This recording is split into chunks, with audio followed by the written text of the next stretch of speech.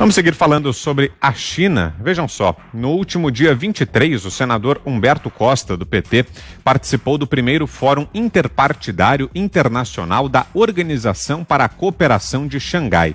O encontro aconteceu na Rússia.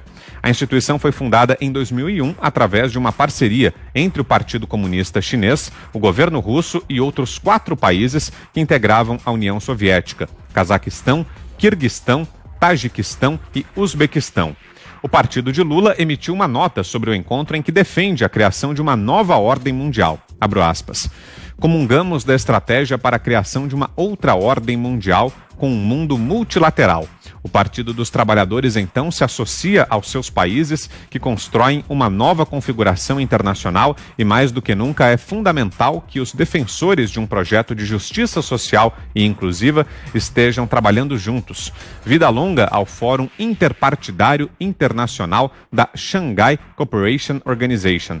A visita não despertou muito interesse na imprensa aqui do Brasil. Poucos veículos noticiaram esse fato, mas nós estamos trazendo para você aqui essa informação. Augusto. O PT passou a vida desejando a morte, né, da democracia americana. Então essa é mais uma tentativa de subverter essa ordem natural das coisas. Os Estados Unidos são a única, né, a maior, disparadamente a maior potência militar e econômica do planeta. Então eles fazem acordo com qualquer um que se opõe aos Estados Unidos. Então eu queria registrar que amanhã o mundo vai de novo testemunhar um espetáculo que eu acho comovente, né? Faz mais de 200 anos, como a Ana sabe bem melhor que nós, faz mais de 200 anos que esse espetáculo se repete a cada 4 anos. Né? Os americanos elegem o presidente da República. E esse calendário eleitoral resiste a tudo.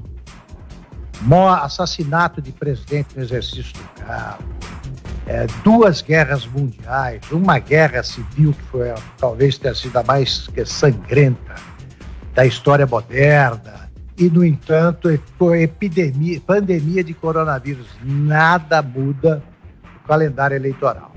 Democraticamente é escolhido o ocupante da Casa Branca, o inquilino da Casa Branca para os próximos 4 anos. Sempre. É a mais antiga e a mais sólida, né, democracia do planeta. E, no entanto, os democratas de manifesto, todos esses aí do PT, que vivem vendo a democracia em perigo enquanto apoiam ditaduras, eles que são esses esquerdistas incapazes de enxergar ditaduras em Cuba, na Venezuela, mesmo na Coreia do Norte, eles agora estão convencidos de que a democracia americana só será preservada se o vencedor da eleição for o Joe Biden. Quer dizer, essa turma fica aqui no grotão tropical, fazendo as coisas erradas, as opções erradas, invariavelmente, celebrando entendimentos com Rússia, China e outras flores aí do autoritarismo ou do totalitarismo, e acham que uma nação que celebra a liberdade, repito, há mais de 2 séculos, estará em perigo se o escolhido não for o candidato pelo qual eles torcem. É patético. Tayana, mais um gesto de aproximação entre o PT e a China, Ana. Vitor, e uma das grandes preocupações aqui do eleitor, até alguns eleitores democratas que vão votar em Donald Trump, é a aproximação de Joe Biden com a China, né? Depois dessas últimas 2 semanas aí, onde a própria investigação do FBI aí, a gente soube que o filho do Joe Biden está metido com o Partido Comunista Chinês, com empresas chinesas, também no Cazaquistão, também na Ucrânia. Isso aí acendeu algum alerta para alguns eleitores do Partido Democrata, inclusive nos estados que você pode mudar o voto, ou seja, que você mandou pelo correio e você pode ir até a sua zona eleitoral, pegar a sua cédula de volta, que só vai ser aberta amanhã. Muita gente procurou fazer isso exatamente com medo da China, porque dentro da pandemia também, Vitor, foi provado o quanto os Estados Unidos está dependendo da China, inclusive para equipamentos médico-hospitalares, e que foi, né, uma grande ferida aberta aí, exposta dentro da pandemia. Então isso é uma preocupação do eleitor amanhã. Um ponto que o Augusto disse em relação à vitória, interessante, Augusto, que vários lugares aqui em Los Angeles e em Nova York estão colocando tapumes nas lojas com medo de uma possível reeleição de Donald Trump, e aí os movimentos favoráveis a Joe Biden, né, a Antifa e o Black Lives Matter, destruírem essas cidades. Então hoje, se vocês procurarem no Google Nova York, Los Angeles, Filadélfia, muitas lojas e muitos centros comerciais estão todos com tapumes nas janelas, nas portas, com medo de uma possível reeleição do Donald Trump, e aí esses grupos violentos domésticos aí tomarem as ruas e continuarem fazendo o que estão fazendo já há 3 meses. Zé Maria. Olha, na realidade, esta organização já existe e nós podemos tranquilamente observar aqui do lado o nosso vizinho, que é a Venezuela. Maduro, sozinho, não conseguiria impor essa ditadura ao país se não houvesse esse apoio internacional. Isso está muito claro, me dizem aqui fontes, inclusive das Forças Armadas, de que a ação internacional na Venezuela é muito forte. Não fosse esta ação, não fosse uma grande milícia paga, Maduro não continuaria no poder. E essa ajuda vem de várias partes, inclusive da China, né? Então, é muito claro que já existe esta organização. Por outro lado, fiquei convencido, lendo 21 Conselhos para o Século XXI, de que nós já estamos assistindo uma guerra entre Estados Unidos e a China. É a guerra moderna. Ninguém luta mais por espaço territorial, ninguém se interessa em invadir territorialmente um país. A disputa está por dados. Isto é muito importante. Dados, informações, conceitos, isso é muito importante. E tecnologia, isso também é muito importante. O que eu fico assustado é que só agora os Estados Unidos acordam com esse gigante mundial que é a China. Antes ninguém se importava. Donald Trump acordou, viu e apontou o grande perigo para os Estados Unidos.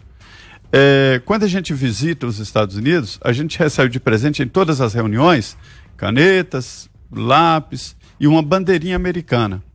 E aqueles souvenirs, eles traziam, eu pude ver, já um prenúncio do que seria agora, isso há tempos.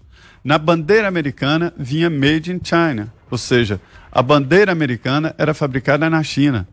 Eu li um tratado, um estudo de uma americana que ficou 1 ano sem comprar produtos chineses.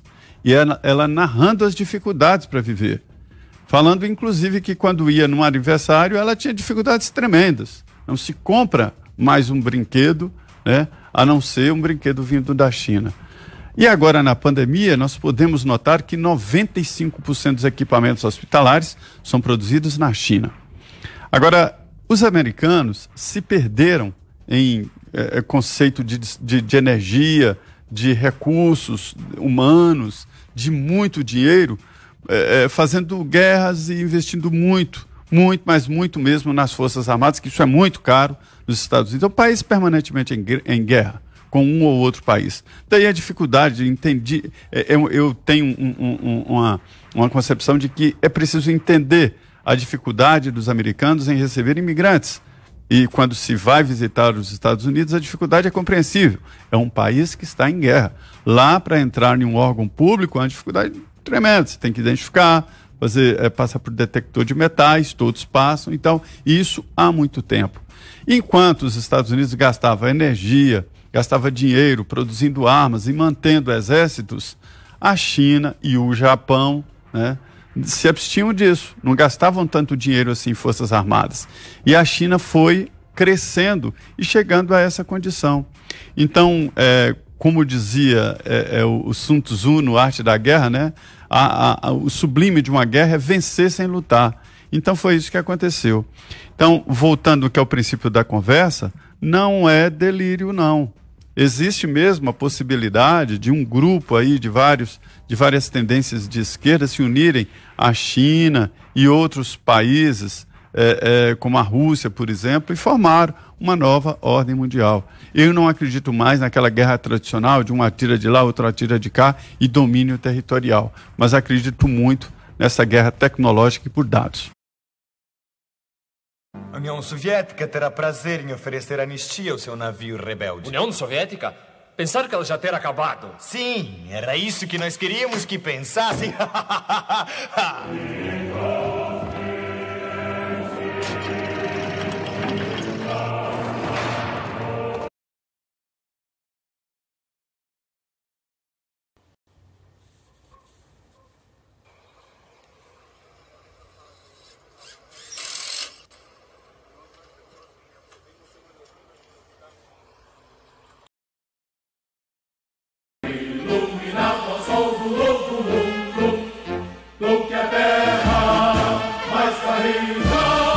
Teus sonhos lindos campos sem mais flores, nossos bosques